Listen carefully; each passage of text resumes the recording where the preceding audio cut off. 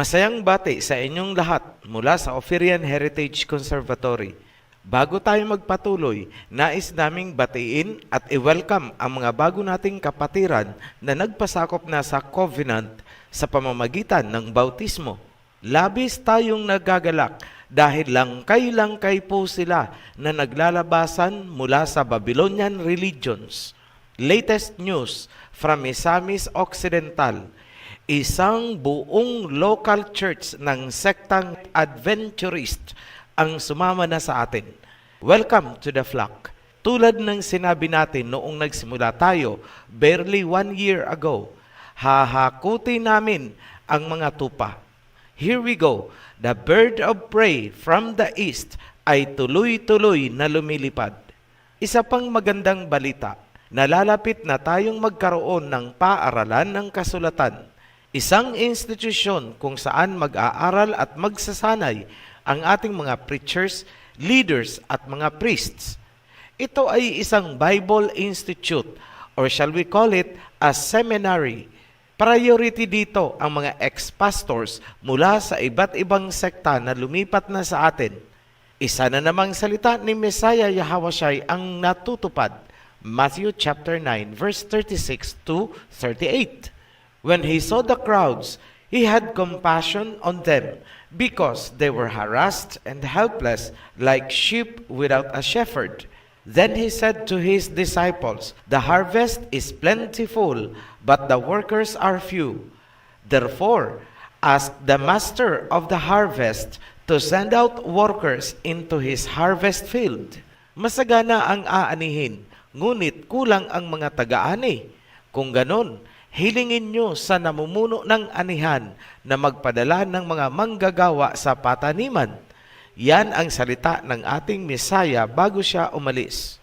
Sa ating pagpapatuloy, may nais akong ipakita sa inyo. Ito ang salita ng Pariseyong si Pablo. Titus chapter 3 verse 9. But avoid foolish questions and genealogies and contentions and strivings about the law, for they are unprofitable and vain. Ganito ang sinabi ng Pariseyong si Pablo. Iwasan daw ang pagtatanong, ang pagsasalaysay tungkol sa mga saling lahi or genealogy at ang pagtatalakay tungkol sa mga kautusan sapagkat yan daw ay walang katuturan. Ang mga genealogy at kautusan ay isinulat ng mga propeta. Tanong, bakit pinaiiwasan ni Pablo ang pagtatalakay tungkol sa mga ito? Bakit sinabi niyang walang katuturan ang pagsisiyasat ng mga henerasyon at mga kautusan? Hindi ba kayo nagtataka? Hindi kaya may pinagtatakpan itong si Pablo, kaya pinagbawalan kayong kalkalin ang genealogy at mga kautusan? Malalaman nyo ngayon ang isang mabigat na dahilan bakit inaayawan ni Pablo ang genealogy at ang mga kautusan. Ayaw niyang mahayag ang tunay na identity ng mga tunay na Hebrew Shemites at lalo na ang tunay na Mesaya. Pangalawang rason, iniingatan ni Pablo na mahubaran si Jesus Kristus, ang huwad na Mesaya ng mga Hintil. Malalahad ang katotohanan, itong Kristyanismo ay gawa-gawa lamang ng Pariseyong si Pablo at itinatag niya sa Antioch. Katotohanan, sinasabi ko sa inyo, ang Kristyanismo ay hindi po nagmumula sa mga tunay na apostol ng Mesaya, kundi gawa-gawa lamang ng isang Pariseyo. Huwad na Mesaya, huwad na relihiyon na itinatag ng huwad na apostol, period. Ngayon, mahalaga bang alamin at siguraduhin na ang tunay na Mesaya nga ang iyong sinusundan? Yes. Bakit? Basahin natin. John chapter 14 verse 6. I am the way, the truth, and the life. No one comes to the Father except through me. Mabigat po ang talatang yan. Mahalagang siguraduhin ninyo na ang totoong Mesaya nga ang inyong sinusundan, tinatawag at sinasamba sapagkat ang tunay na Mesaya ang daan, ang katotohanan, at ang buhay. Walang makakarating sa Ama kung hindi dadaan sa tunay na Mesaya. Huwag niyong aakalain na naiba lamang ang pangalan ng Mesaya at tinawag niyo lang na Hesus Kristo. Mahigpit ang bilin ng tunay na Mesaya laban sa ibang pangalan. John chapter 5 verse 43. I have come in my Father's name and you do not accept me. But if someone else comes in his own name, you will accept him. Naparito ako sa pangalan ng aking Ama, ngunit hindi niyo ako tinanggap. Kapag may ibang dumating sa ibang pangalan, siya ang inyong tatanggapin. Ngayon, sino ang humaharang upang hindi natin makilala ang tunay na Mesaya? Obvious at simple ang sagot. Walang iba kundi ang dyablo at si Pablo. Sa kasalukuyang panahon, naglipa na ang mga alagad ng huwad na apostol na nagtuturo ng ibang pangalan. Paano mo masisiguro na ang iyong tinatawag, sinusundan at sinasambang Mesaya ay ang tunay na Mesaya at hindi ang huwad? Simple lang, gagamit tayo ng 5 kriteria o punto. Point number 1, genealogy o pinagmulang angkan. Point number 2, overall appearance o itsura. Point number 3, ang kanyang kulay. Point number 4, pagiging tuli. Point number 5, scientific research. Yan ang 5 mahahalagang punto bilang gabay upang siguruhin na ang totoong Mesaya nga ang iyong sinasamba at hindi ang huwad na Mesaya ng mga Grigo. Kung kayo nga ay naghahanap ng katotohanan, sundan nyo ang nasusulat sa Book of Revelation at huwag kayong maniwala sa pagbabawal ni Pablo. Here is point number 1, genealogy. Revelation chapter 22 verse 16. I, Yahweh, have sent my angel to give you this testimony for the assemblies. I am the root and the offspring of David and the bright morning star. Isinulat ni John Revelator ang salita ng Mesaya na nagpakita sa kanya sa vision. Sinabi ng Mesaya na siya ang ugat at suloy mula sa angkan ni David. Ganon din ang sinabi ni Prophet Isaiah, 1000 taon na ang nakaraan. Ang tunay na Mesaya ay magmumula sa angkan ni David, from the roots of Jesse. Isaiah chapter 11 verse 10. In that day, the root of Jesse will stand as a banner for the peoples. The nations will rally to him, and his resting place will be glorious. Sino si Jesse? Si Jesse ay mula sa tribe of Judah, isang Hudyo. Si Judah ay anak ni Jacob Israel. Ibig sabihin, ang Mesaya ay Israelite, hindi po Greek. Si Jacob ay anak ni Isaac. Si Isaac ay anak ni Abraham. Si Abraham ay anak ni Terah. Si Terah ay anak ni Nahor. Si Nahor ay anak ni Sirog. Si Sirog ay anak ni Rio. Si Rio ay anak ni Peleg. Si Peleg ay anak ni Eber. Sa makatuwid, ang Mesaya ay Hebro. Si Eber ay anak ni Sela. Si Sela ay anak ni Arfaksad. Si Arfaksad ay anak ni Shem na anak ni Noah. Sa makatuwid, ang Mesaya ay Shemite. Putting it together, ang Mesaya ay Shemite, Hebrew, Israelite, Hudyo. Kung ganon, ang Mesaya ay hindi pwedeng magkaroon ng Greek na pangalan, Greek na anyo. Hindi po siya European, kundi Shemite, Asian, kalahi natin. Ito ang dahilan kung bakit dinidiscourage ni Pablo ang kanyang mga followers na aralin ang genealogy. Tinatakpan niya ang pagkakakilanlan ng tunay na Mesaya noong siya ay nagkatawang tao. Ayaw ni Pablo na malaman nating mga Shemites na ang tunay na Mesaya ay kalahi pala natin bilang mga Hebrew Shemites. Pinaniwala tayo na ang Mesaya ay isang European na nagtataglay ng Greek na pangalan. Ang Yesus Kristos na pundasyon ng buong Christianity ay mula sa Antioch na isang probinsya ng mga Gentile Greek sa panahong yon. Huwad, pag-usapan natin ang overall na itsura ng Mesaya. Sa pagpapatuloy, ito ang point number 2. Overall appearance or itsura ng Mesaya. Balikan natin ang isinulat ni Prophet Isaiah. Isaiah chapter 53 verse 2. He grew up before him like a tender shoot and like a root out of dry ground. He had no beauty or majesty to attract us to him. Nothing in his appearance that we should desire him. Ayon kay Prophet Isaiah, ang Mesaya ay walang taglay na kagwapuhan o kagalang-galang na anyo. Wala siyang kaaya-aya o anumang itsura or personalidad na nakakaakit sa paningin ni numan. Sa madaling salita, hindi artistahin ang kanyang dating. Hindi siya ang tisoy-tisoy na sinasamba ng Christianity ni Pablo.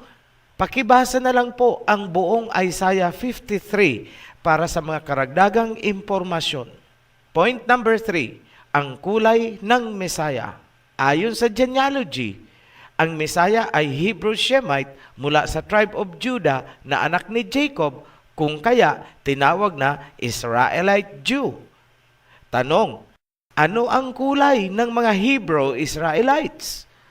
Malalaman natin sa mga pangyayari na nasa Old Testament noong sila ay lumabas mula sa Egypt. Numbers chapter 12, verse 10. When the cloud lifted from above the tent, Miriam's skin was leprous. It became as white as snow. Aaron turned toward her and saw that she had a defiling skin disease. Tandaan ang paglalarawan. Ang kulay ng balat ay nagbago, naging puti na parang snow. Tingnan din natin si Moses. Ano ang kanyang kulay bilang Hebrew Israelite? Exodus chapter 4 verse 6. Then Yahweh said, "Put your hand inside your cloak." So Moses put his hand into his cloak, and when he took it out, the skin was leprous.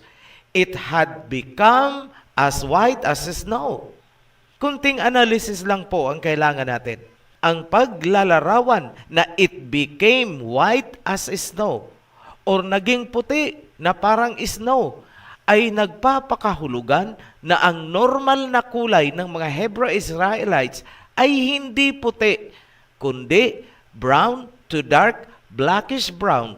Kung kaya, noong nagkaroon ng leprosy, ay sinabing nagbago at naging puti tulad ng snow. Common sense po. Kakulay natin ang tunay na Mesaya sapagkat siya ay kalahi natin, isang Hebrew Shemite. Ngayon, ano naman ang kulay ng ating Mesaya na nakita ni John Revelator sa kanyang vision? Revelation chapter 1 verse 14 to 15.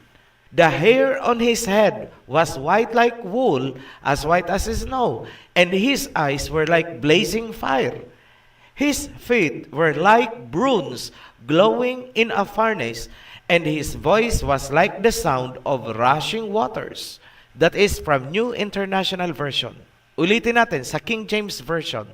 His head and his hairs were white like wool, as white as snow, and his eyes were as a flame of fire, and his feet like unto fine brass, as if they burned in a furnace, and his voice as the sound of many waters. May tatlong mahalagang information na ibinigay sa Revelation: buhok, kulay ng balat, at boses. Ayon sa talata, ang kanyang kulay ay parang fine brass or bronze na nasunog sa hornohan. Ito ang kulay ng fine brass na nasunog sa horno or oven. Ang bronze na nasunog sa horno ay golden brown naman. Meaning, ang kulay ng Mesaya ay golden dark brown to blackish brown. at ang kanyang buhok ay kulot or woolly. Mayroong translation issue pagdating sa buhok. Mali po ang white as wool sapagkat hindi po lahat ng wool ay white or puti. Ang tama ay curly as wool, kulot. Ayon pa kay John Revelator, ang boses ng Mesaya ay maihahalin tulad sa rumaragasa o lumalagaslas na maraming tubig. Ibig sabihin, hindi yung typical na masculine voice na buo at malagong, kundi parang lumalagaslas na tubig habang dumadaloy sa batuhan ng ilog. Imagine nyo na lang ang tunog ng waterfalls. Lumalagapak ang tunog, hindi malagong. Ngayon, napatunayan natin ang tunay na Mesaya ay brown to dark, blackish brown. Sino pala itong tisoy-tisoy na Greek-European Mesaya na inaawit-awitan ng papuri at niluluhuran nitong mga Kristiyano? Obviously, huwad, fake, peke. Patunay lamang na ang Kristyanismo ay huwad sapagkat yan ay itinatag lamang ni Pablo sa Antioch. Hindi yan ang pananampalataya ng mga tunay na apostol na nasa Jerusalem. Magpatuloy tayo sa point number 4, pagiging tuli ng tunay na Mesaya. Ang mga Hebrew Israelite kung saan isinilang ang tunay na Mesaya ay nagmumula kay Jacob. Si Jacob ay anak ni Isaac. Si Isaac ay anak ni Abraham. Ano ang punto? Genesis chapter 17, verse 3 to 5. Abraham fell face down, and Eliham said to him, "As for me, this is my covenant with you. You will be the father of many nations. No longer will you be called Abram. Your name will be Abraham, for I have made you a father of many nations." Verses 10 to 12. This is my covenant with you and your descendants after you, the covenant you are to keep. Every male among you shall be circumcised. You are to undergo circumcision, and it will be the sign of the covenant between me and you. For the generations to come, every male among you who is 8 days old must be circumcised. Sa makatuwid, si Moses ay tuli, ang mga Israelites ay tuli, ang tunay na Mesaya ay tuli, sapagkat sila ay mga descendants ni Abraham na nasasakop ng covenant of circumcision. Ngayon, bakit natin tinatalakay ang circumcision? Sapagkat ito ay pagkakakilanlan ng tunay na Mesaya versus huwad na Mesaya. Ang tunay na Mesaya ay tuli. Alam natin yan. Paano ang huwad na Mesaya? Tuli din kaya? Jesus Christos, Jesus Christ, Hesus Kristo, ikaw ay isang Greek. Hindi ka Hebrew. Hindi ka lahi ni Abraham. Sa makatuwid, ikaw ay suputante, hindi ka tuli. At dahil ikaw, Jesus Kristos, ay hindi tuli, natural lang, nakakalabanin ng iyong apostol ang pagtutuli ng mga Hebro. Hindi na dapat pagtakhan ang mga salita ni Pablo tulad ng nasusulat sa Galatians chapter 5, verse 2. Mark my words, I, Paul, tell you, that if you let yourselves be circumcised, Christ will be of no value to you at all. Tagalog, ito ang nasusulat mula sa Filipino Standard Version. Pakinggan ninyo ito. Ako mismong si Pablo ang nagsasabi sa inyo, kung kayo'y patutuli, mawawala ng kabuluhan sa inyo si Kristo. Malinaw naman yan. Tahasan at direktahan ang sinabi ni Pablo. Kapag kayong mga Kristiyano ay nagpatuli, pinawalan ninyo ng kabuluhan si Jesus Kristos. Malaking insulto yan sa inyong Greek Messiah. Yan ay may tuturing na kalapastanganan kay Pablo, ang huwad na apostol. Paano yan mga pastor ng Kristiyano? Huwag kayong patutuli. Mga anak nyo, huwag nyong ipatutuli. Turuan nyo ang inyong mga members na huwag magpapatuli. Dahil yan ang sinulat ni Pablo. Kapag kayo daw ay nagpatuli, pinawalan nyo ng kabuluhan si Jesus Kristus ninyo. Ay nako, pulutong ng mga supot. Ngayon, ano nga ulit itong si Jesus Kristus? Greek, Hintil. Hindi siya covered ng covenant of circumcision kay Abraham. Kung ganun, moot and academic, itong si Jesus Kristus ay talagang supot. Conclusive yan.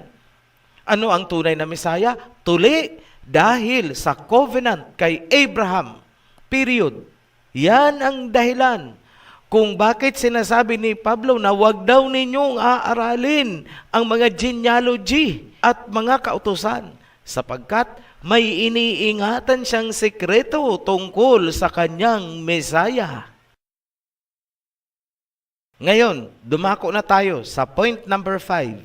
Ano ang sinasabi ng scientific research kung saan pinagsama-sama ang history, archaeology, anthropology, medical forensic, and digital reconstruction technology? Sa mga nagnanais ng karagdagang detalye, ang link ay inilagay namin sa description sa ibaba lamang nitong video.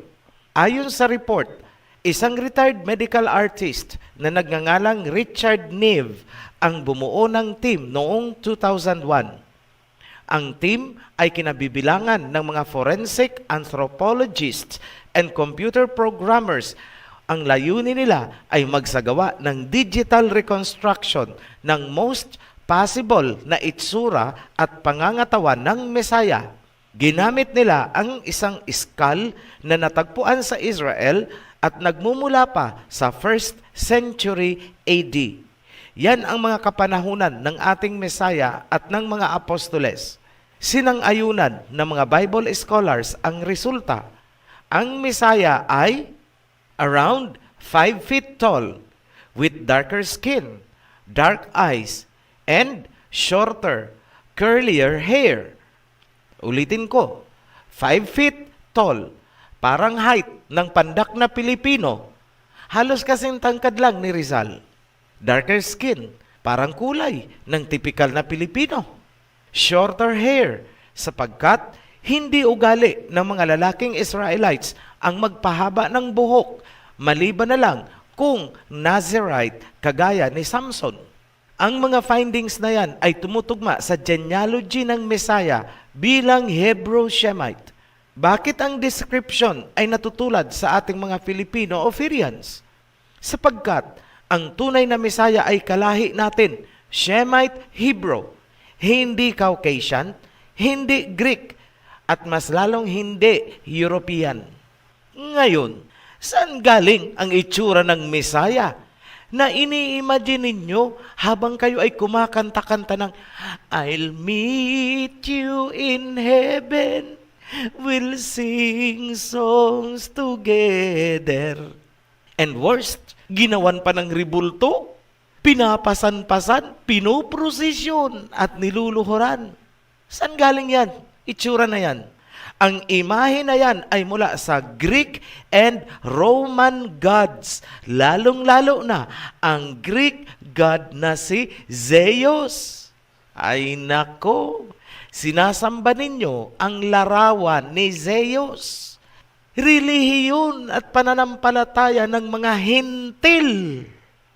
In short, mula sa pangalan ng Mesaya, imahe, Apostol Pablo, hanggang sa relihiyon, huwad, fake, peke. Ganyan kayo, Christianity. Gumising na nga kayo. Greek Messiah ang sinasamba nyo at hindi ang tunay na Hebrew Messiah na kalahi natin. Balikan natin ang biblical perspective. Bakit kailangan nating kilalanin at tanggapin ang tunay na pangalan at identity ng tunay na Mesaya? Sapagkat nasusulat, I am the way, and the truth, and the life, and no one comes to the Father except through me. John 14:6. Ako ang daan, ang katotohanan, at ang buhay. Walang sino mang makakarating sa Ama, kundi sa pamamagitan ko. Mahigpit ang pagbibili ng tunay na Mesaya tungkol sa kanyang pangalan. John chapter 5, verse 43. I have come in my Father's name, and you do not accept me. But if someone else comes in his own name, you will accept him. Ako ay naparito sa pangalan ng aking Ama, ngunit hindi niyo ako tinanggap. Kapag may dumating na may ibang pangalan, siya ang inyong tatanggapin. Ano ang pinakabuod na gusto naming ipagdiinan sa inyo?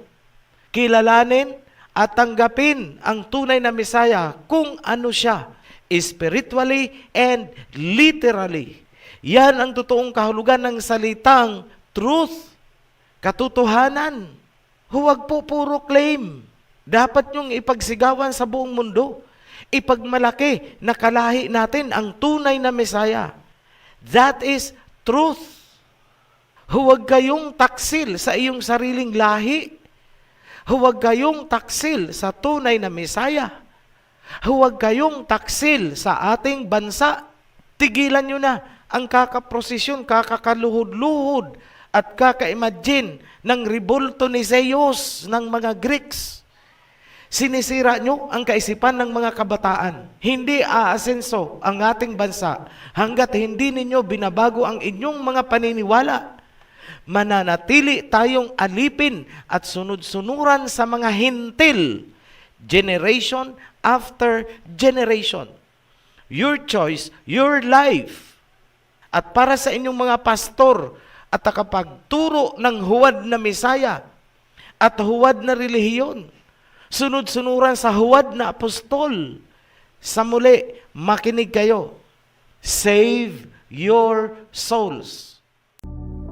Ito ang panawagan ni Haring David galing kay Aba Yahweh. Tipunin ninyo sa akin ang aking mga banal, yaong nagsitipan sa akin sa pamamagitan ng haing alay.